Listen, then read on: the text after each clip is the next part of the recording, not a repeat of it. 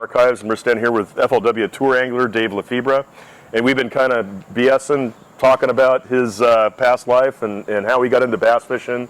And so Dave, you were going to tell us how you actually got into this game. You know, by the way, I love the website. This is like right down my alley, the kind of thing that I like. I like looking back in the past and seeing stuff, and a lot of good material on there. I was actually up too late last night looking. But for me personally, you know, getting into it, of course my dad was a big fisherman. He did not tournament fish, he didn't bass fish even. You know, he got me into crappie fishing, and that's how I got started. And muskie fished a lot, you know, we had a little lake. It was actually a glacier lake called Lake LaBeouf where I live, had an island in the middle. And I would just literally row like every single night up till 3 o'clock in the morning. I'd stay out late and just fish for muskies at night and fish for crappies all day. So a lot of fishing, but bass is what really got me excited. You know, I used to take magazines, and hopefully you don't have a whole lot of young viewers, but I used to hide FLW magazines and fishing facts back then, In-Fisherman, Bassmaster. I'd hide them inside my books, and I'd open those books, and in there, you know, I'd have all my good fishing information during the day. So study all day, fish all night. That's what I did.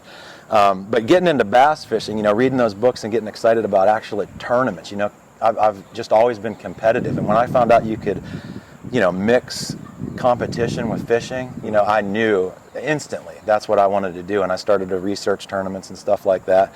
My very first bass was on that lake I talked about, Lake LaBeouf, and I used to, this is what got me, I'm pretty much got into lure collecting because of this, but I didn't really know a whole lot, just what I was starting to read, and I'd caught bass by accident, you know, little ones while I was crappie fishing or whatever.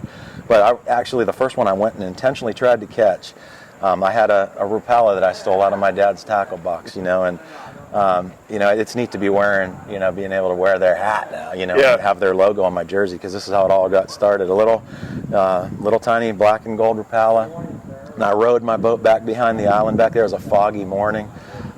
Threw that thing out there. I mean, this is literally my first cast, and I didn't even know how to bass fish. I had a Penn trolling reel that looked like a bait caster like I saw in the books, but it was the wrong type of reel. I had black Dacron fishing line, and I threw it out there, and the handle spun backwards and the whole 9 yards, you know, and almost broke my finger, actually. And it didn't go very far, you know, and I got a big rat's nest, and I start picking it out, and I got it out, and as soon as I moved that bait, boom, my first topwater bite ever. Wow.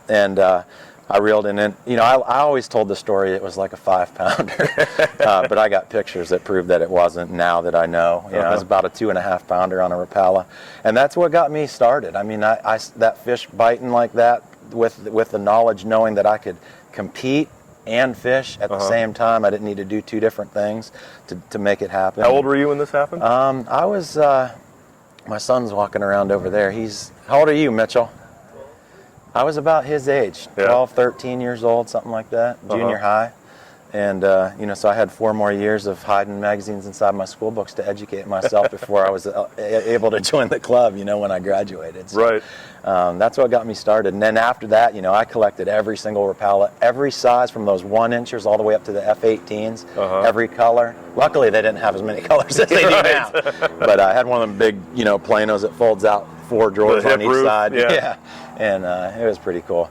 But yeah, and the memories and stuff like that really makes you appreciate it, you know, where a lot of the sponsors that I have now are the ones the stuff that I used way back then, you know. Yep. And just a side note, when I was rowing that boat, and I got pictures of, you know, I actually painted the Ranger logo on the side of that little aluminum, you know. And really? And I am literally wearing their hat right now. So, you know, just pretty cool. That's awesome. Well, hey, thanks a lot. Thank you. And good luck next year. All right. Thanks, Terry. Yep.